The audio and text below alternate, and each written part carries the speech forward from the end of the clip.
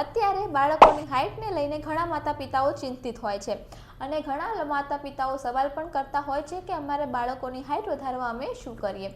સૌથી પહેલાં જાણી લઈએ કે હાઇટ વધારવા માટે શરીરમાં હ્યુમન ગ્રોથ હોર્મોન જવાબદાર છે અને એની સાથે સાથે પૂરતા પ્રમાણમાં ન્યુટ્રિશન મળવું પણ ખૂબ જ જરૂરી છે।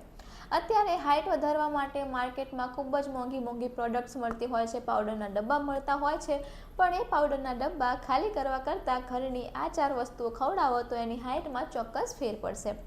સૌથી પહેલું છે દૂધ। દૂધમાં ભરપૂર પ્રમાણમાં વિટામિન ડી અને કેલ્શિયમ હોય છે, જે બાળકના હાડકાને સ્ટ્રોંગ એન્ડ લોંગ બનાવે છે।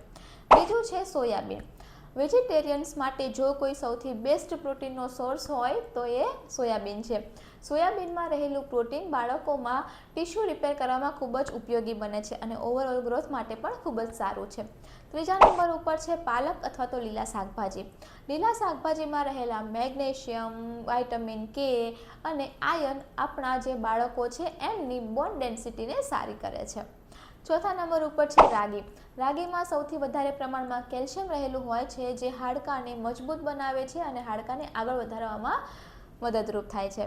તો બાળકોને મોંઘા ડબ્બાની જગ્યાએ ઘરની આ 4 વસ્તુઓ ખવડાવો અને એમની હાઇટમાં સુધારો કરો। તો જો માહિતી ગમી હોય તો વિડીયોને લાઇક એન્ડ શેર કરો અને અમારી ચેનલને સબસ્ક્રાઈબ કરો। Thank you.